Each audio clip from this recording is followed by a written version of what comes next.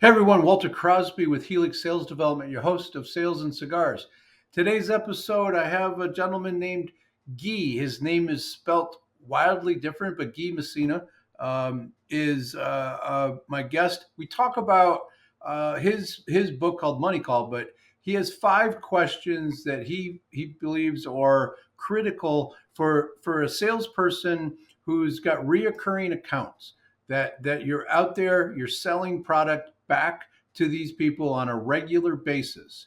And he finds that these 5 questions will help you sell more, go deeper with these customers, and really develop those relationships. So go grab a cocktail, grab a cigar, preferably a Dominican cigar that we talk about in the show, and get ready for another impactful episode of Sales and Cigars. Thanks. So, Guy, appreciate you taking some time out of your schedule in South Florida to jump on the podcast and have a conversation. Absolutely. Thank you very much. Here we are. I was just commenting that everybody knows I'm in Michigan, you're in South Florida, and I woke up 5:30 this morning. It was too dark to see outside, but when I got outside, I saw snow. A nice little dust in the snow. That's not something that you experience very often in South Florida. No, never have to clear the windshield of my car, never have to shovel snow. And I do get to wear a lot of shorts, and I know that's something you like. That's true. And you don't have to shovel the humidity.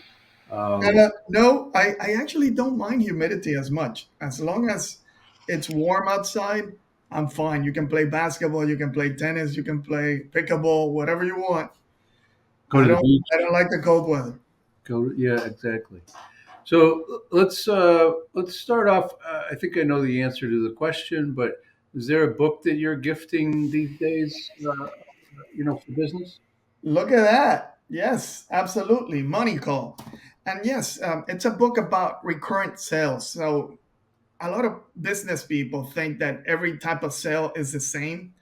And I don't think a lot of coverage has been given to recurrent sales, sales that you make to the same type of client over and over, like cigars, right? Cigars aficionados, they go to the same place, they buy their cigars, and usually one or two, three brands. They don't get away from that.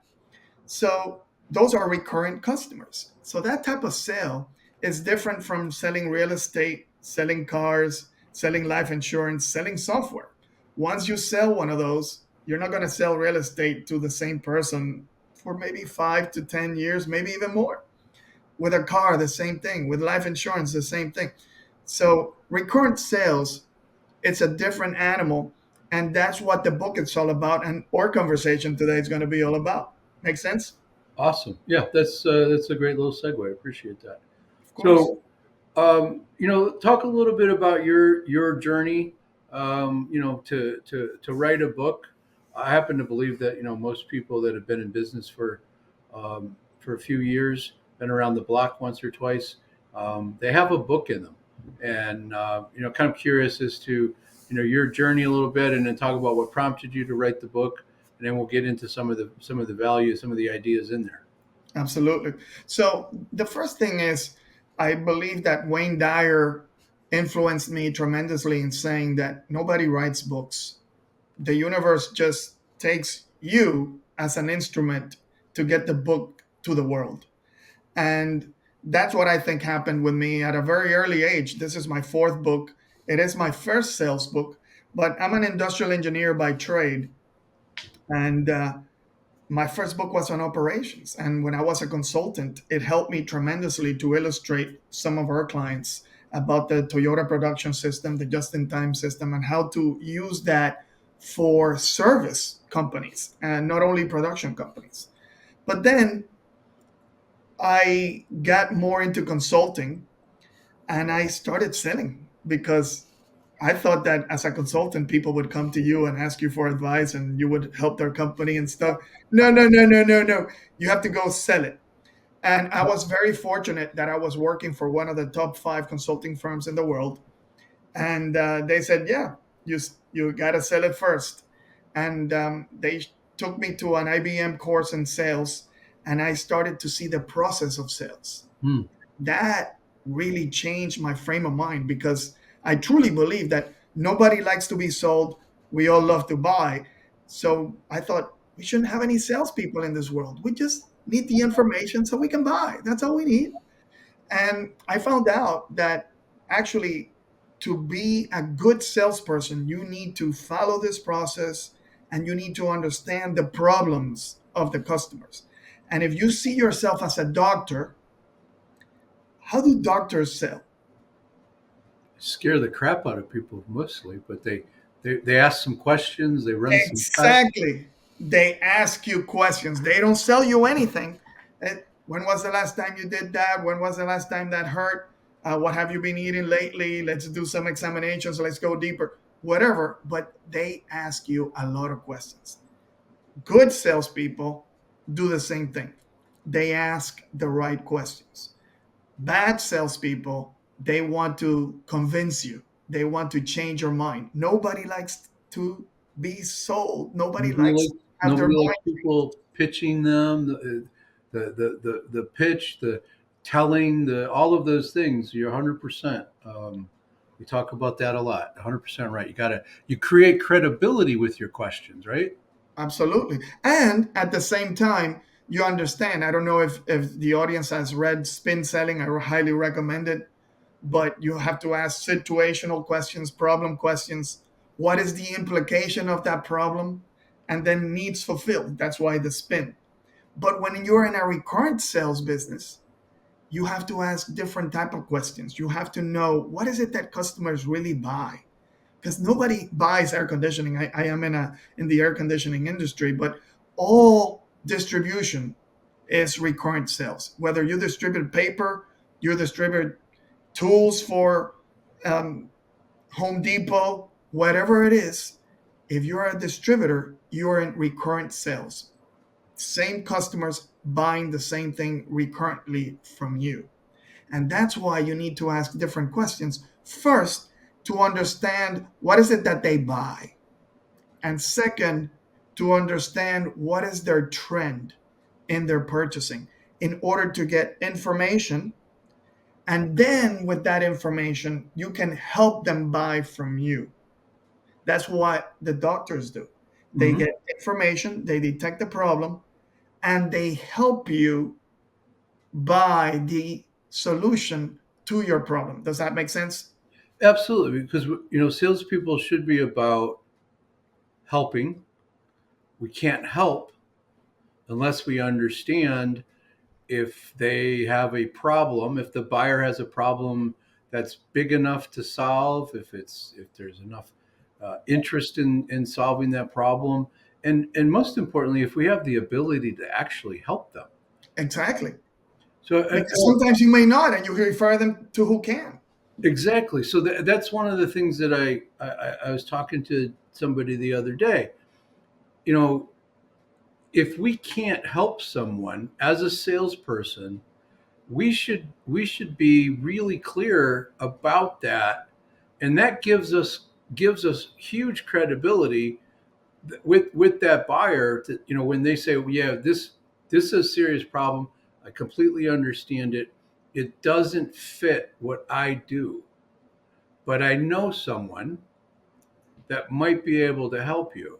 So having a network of people that you can rely on, that are going to provide the same kind of experience, right?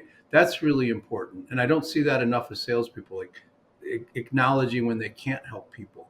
You said, Absolutely. Like doctors do. How many times have you been to the doctor and he says, your problem is actually here, and this is not my specialty, but here's the card of another doctor that we work that kind of problem with. He will be able to help you out. The and doctors do that all the time. they do it for different reasons, right? But than a salesperson, because sometimes doctors do things out of fear, right? I don't want to work on a knee when I'm a hip guy, because I don't really Right, know what's going on in a knee and I don't want trouble.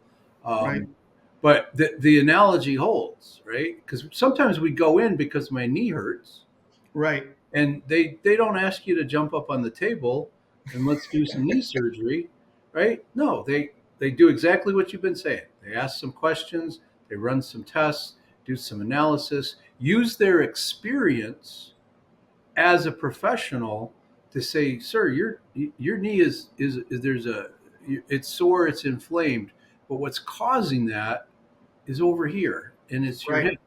And You eat too because many tomatoes. whatever, yeah, whatever the reasons are, right? But it's how we should approach our customers and our buyers, because it's ethical. There's integrity there, and I think it's just doing the right thing. But most salespeople just want to pitch, uh, Absolutely. and they don't get that you're tuned out unless Yeah. you understand, right? So we have to do that. This is the antithesis of the pitch. It's actually what questions we need to ask to understand what they buy and what is their process right now so we can help them buy from us. So let's talk about that, right? Because you're talking about people that'll come in and use the example of cigars.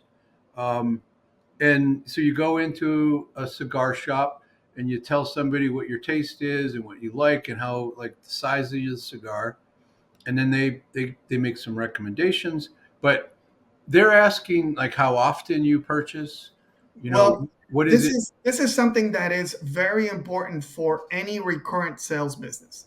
So the number one question that you need to ask is, what is it that you like about doing business with us? So if I'm a cigar shop, what is it that you like, Walter, about buying cigars from us? So it's Because about the obviously you experience, can buy right? cigars anywhere, but what is it about buying it from us that you like so much? So you start asking about the experience, what their expectations are. Um, is it the environment? Is the staff? Is it the selection?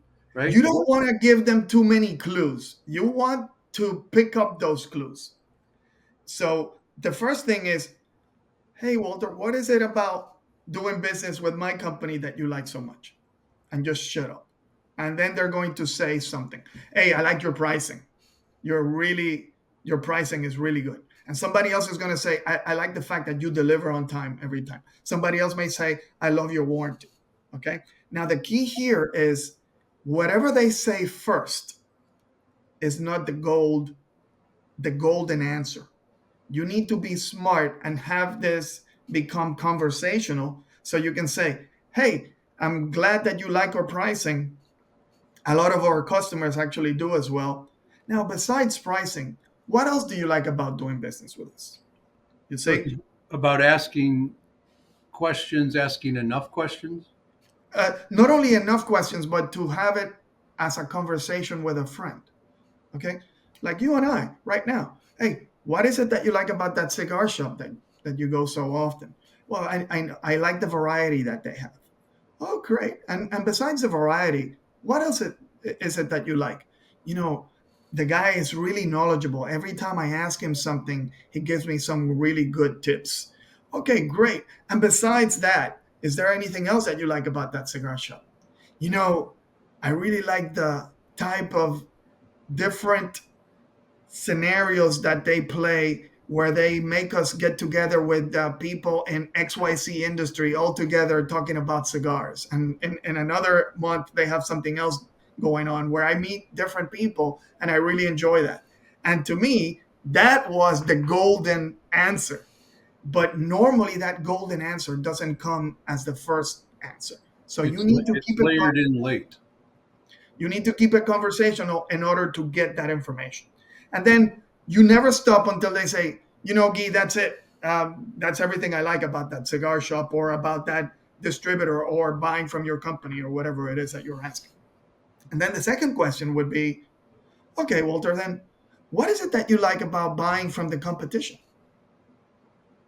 And shut up and just listen.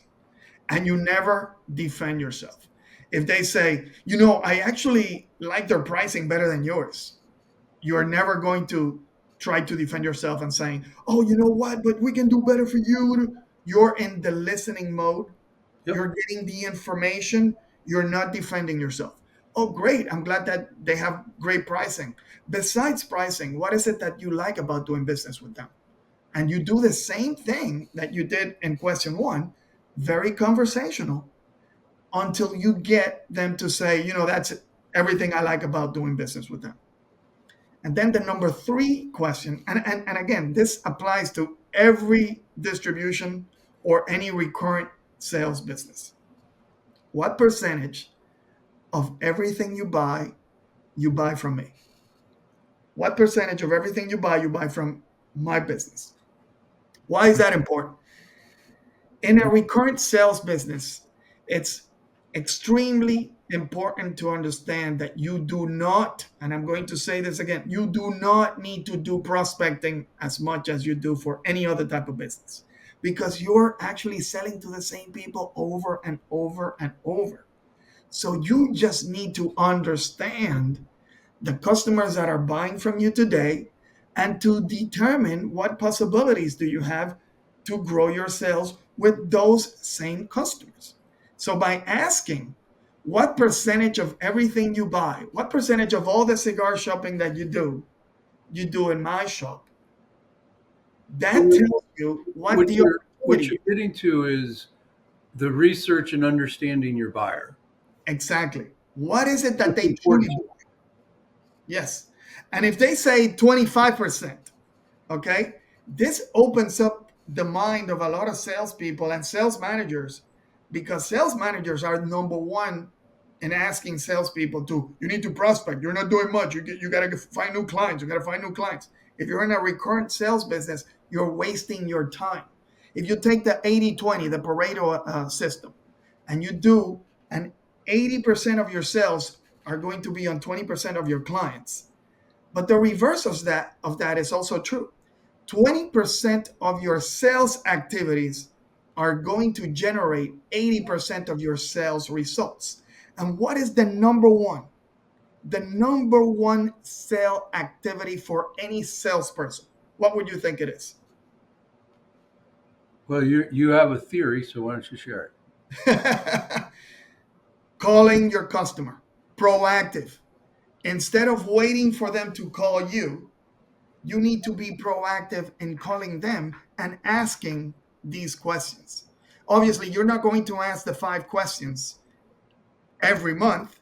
You're going to ask them maybe once or twice every 2 years, once every 2 years or twice every 2 years. But that's it. Then you're going to need to ask some other questions that we'll talk about a little bit later. But now that you know that they only buy 25%, you understand that you don't need to do as much prospecting. You just need to understand what is it that they truly are buying so you can generate new questions. For example, Mr. Customer, I see that you come every month and you buy a Monte Cristo, and for the last 2 months, you haven't bought any. Is there any reason for that? You want to know that first because when they stop buying something that they were buying before, it tells you that they're probably getting it somewhere else or they changed their buying patterns. And you want to make sure you do that quickly. Otherwise, they're going to be gone for good.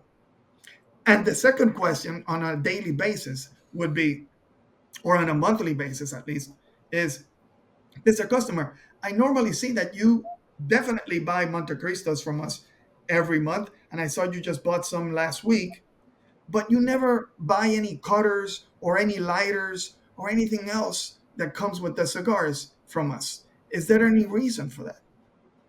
And 80% of the time, the customer says, gosh, Guy, I didn't even know you carried that. You see? And those are the two basic continuous questions that you ask. But out of the five, we covered why do they like doing business with you, doing business with the competition, and what percentage of everything they buy from you. Number four is a very good question for those customers that are a bit confused and perhaps don't buy enough from you. And you can say, what is it that you've been looking for that has you frustrated and you have not been able to find in the last few months? That question immediately triggers something. If you can find this particular, if you can find an Opus X for me, oh my God, that would be fantastic. If you do that, I'll put you number one in my list. That question is extremely, extremely important. And the fifth and final question is strategic question, which is For example, in the HVAC industry, we sell to contractors mostly. So we want to learn where they're focused on installations and perhaps what part of the market they haven't been focusing in so we can help them. And normally would ask, hey, Mr. Customer, I know that normally you're in the residential market, but are there any other markets that you've been trying to penetrate and you haven't been able to do that yet? And perhaps I could help you with that penetration. Is there any market like that that you can tell me about?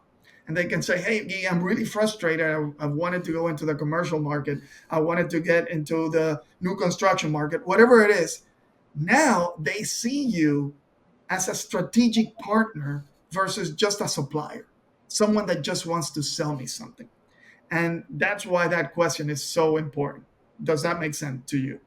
It makes sense because you're looking for a way to differentiate yourself from the other people that are this contractor is buying from or this customer is buying from. Absolutely. And Absolutely. if we don't differentiate ourselves, then we become commoditized, especially in the HVAC industry and or any other kind of contracting business. Of We, course. we become commoditized. So if we're not looking to be the lowest price, we have to figure out what that what that delta is, what that thing is that they need. And Right. And what is it that they buy? That's why we ask these 5 questions. And they're normally not going to say, we just buy XYZ brand. They're going to say, I like the fact that you honor warranty really quickly. I like the fact that you deliver on time. I like whatever it is, it's part of the service. And that also helps you manage objections better. Hey, Mr. Customer, you're telling me that we're about 3% more expensive than the competition. Yet when we spoke about 3 months ago, you told me that you really like the way we handle our warranty. Do they handle warranty the same way? You see, and by asking that way and having this information, now we not only know what they buy, we can defend ourselves and to position ourselves in a different way. yeah, that positioning is important. And if we ask the right questions of our buyer, then they will tell us why they'll buy.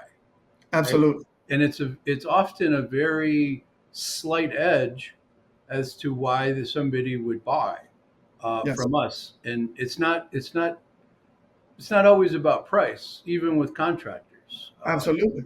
Absolutely. I You sold the can have contract. it cheaper, but you deliver a week late. They don't care about that. They want it now.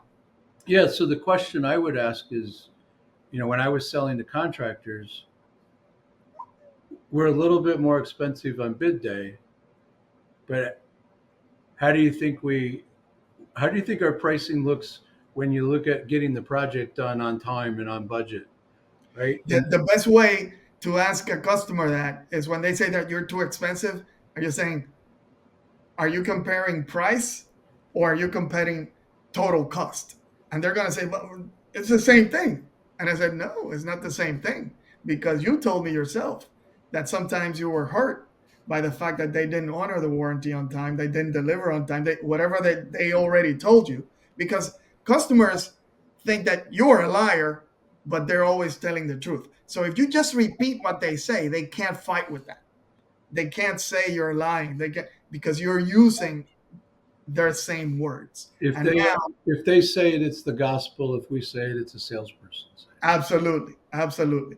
And another thing that it's important is to be proactive because one of the reasons most people in our business, most industries in our business, most distributors are reactive is because each salesperson handles way too many clients. So anytime you see a salesperson that needs to call someone and they handle over 100 clients, they're not going to be able to actually make the call. They have so many people just asking for pricing, just asking for a quote, just knowing if you have it or not so they can go pick it up. You're not going to need, you're not going to have the time that you're going to need in order to do the analysis. You need to go into the system and see, hey, what is it that Walter has bought from me lately? What is it that he hasn't bought for me lately? And AI is helping with new CRMs where you can actually get some kind of a trend report really quickly of What is it that Walter hasn't bought from us in the last couple of months? So it makes my analysis quicker. But still, you need to make an analysis so that question makes sense when I do call proactively, meaning I am the one that initiates the call. Who controls the conversation? He who puts the question forward. When it's the customer that calls you and he says, "Do you have it?" He controls the conversation. What is the price? Do you have XYZ brand? Do you have XY other brand? Whatever. They're asking the questions, they're controlling the conversation. That's why we need to be proactive so we can ask the questions, get the answers, and help them buy. Does that make sense, Walter? It does. So, all of these questions, this process, your approach, um, that's all in the book. All in the book in a way of a story, because I wanted to put people in the driver's seat to think that they were actually implementing. I don't want readers, I want implementers. I want people that want to grow their sales by 10 to 30%, which is what normally happens when you have a system and when you have something that you can predict. Because when you can control the system, you can control the sales activities and you measure them, you're going to get the same results. And that's what we do. And that's what it's in the book. It's a story about a guy who's going to inherit a new business from his father. And he has been going through the whole company. He hated sales. He ended up in the sales department. But one thing he started looking at was that he didn't sell anything. It was customers calling him to buy. And instead, he wanted to see if he could change the process so they were not the ones in control of the conversation, that he was the one. And that's what makes the whole book into a plot. It's a wonderful story. And that's why it's a number one bestseller on Amazon, because it's interesting. And at the same time, it's something you can relate to. And it becomes really easy to see yourself implementing this. When we learn best with stories, Yes. and being able to tell a story and intertwine how somebody gained traction and got better and learned by through the story and understanding the techniques that you're talking about is going to add value to somebody.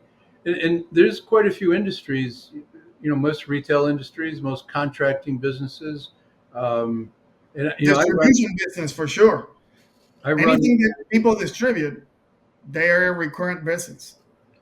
and what I've noticed is that I've had we've had a lot of contractors through our house and our property the last couple of years, to improve things and make changes. And some of the worst salespeople that you can run into are in those industries.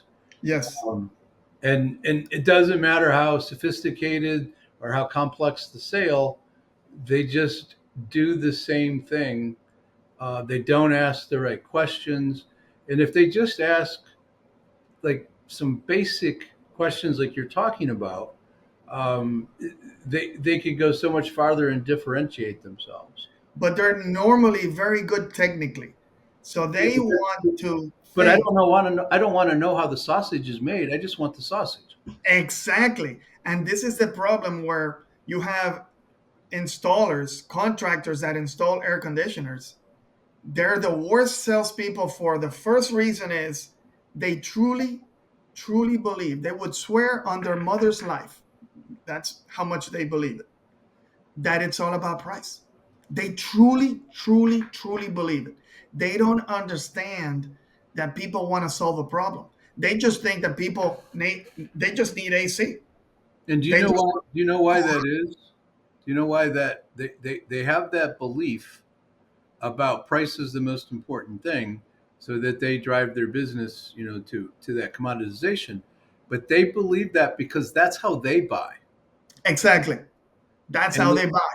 so if you're interviewing salespeople and you ask them a question about how they buy something that's comparably priced to what you sell, and they tell you they do research, they go out and read magazines, and they talk to people, and they look for testimonials, and they go 5 different stores, that's probably not the right salesperson, because Yep. we want somebody who makes decisions quickly in sales because that's what we're going to expect from our customers.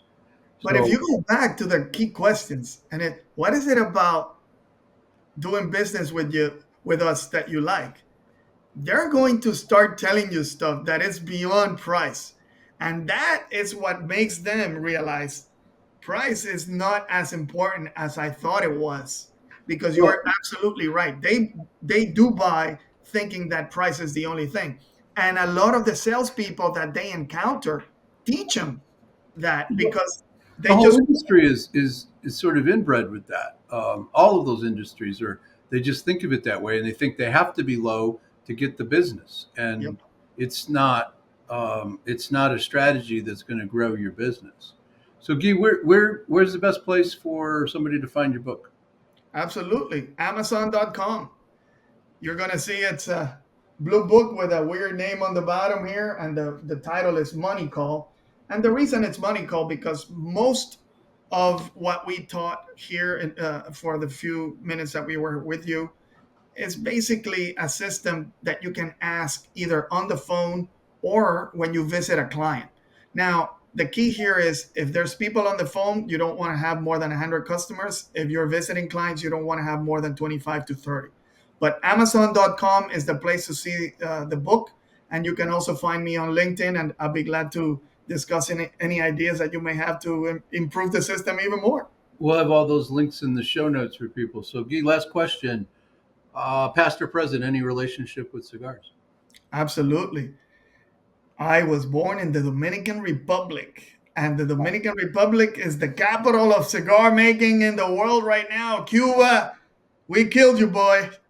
And if you want a good cigar, the Opus X, it's made 100% from Dominican wrapper, Dominican tripe, everything. And it's one of the best cigars in the world. So that's a story for me. Carlito, I just was at the Big Smoke in Las Vegas, and Carlito spent some time on the stage on dais talking about what he did to create the Opus X and what happened in the Dominican Republic and how much effort was put into that.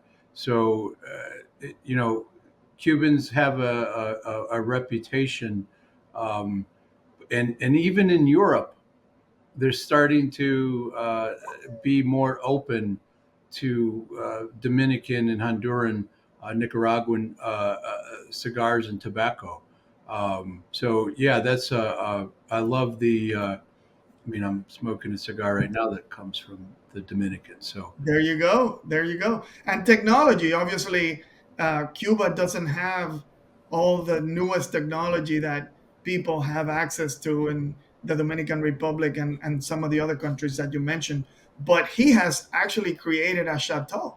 It's like if you're visiting a winery in France. So he has been very instrumental in putting the Dominican Republic in the map. There are some other great cigar makers in the DR, but the fact that he makes the whole thing, yep, everything, and then he's very very very proud of that. He's created schools. He's created education programs for people to help within the industry, but also to go outside. And he's creating engineers. Um, absolutely, it's an amazing story, and he gets very emotional about it. and And he should be really proud. Chateau de la Fuente. If anybody has a chance to visit it, it would be fantastic. And one more excuse to go to the DR besides being the first city in the American continent. You're going to see the first cathedral built in the early 1500s. You're going to see the palace where Columbus' son actually lived. And at the same time, you can go to wonderful beaches and you can go visit some Chateau de la very Fuente. nice beaches and some very nice golf courses. So Absolutely. Yes. Golf plus courses for sure. cigars at the plenty. So, Gia, I really appreciate you taking some time. Great story. I wish you well with the book, and thanks again for taking the time. My pleasure, guys. Talk to you soon.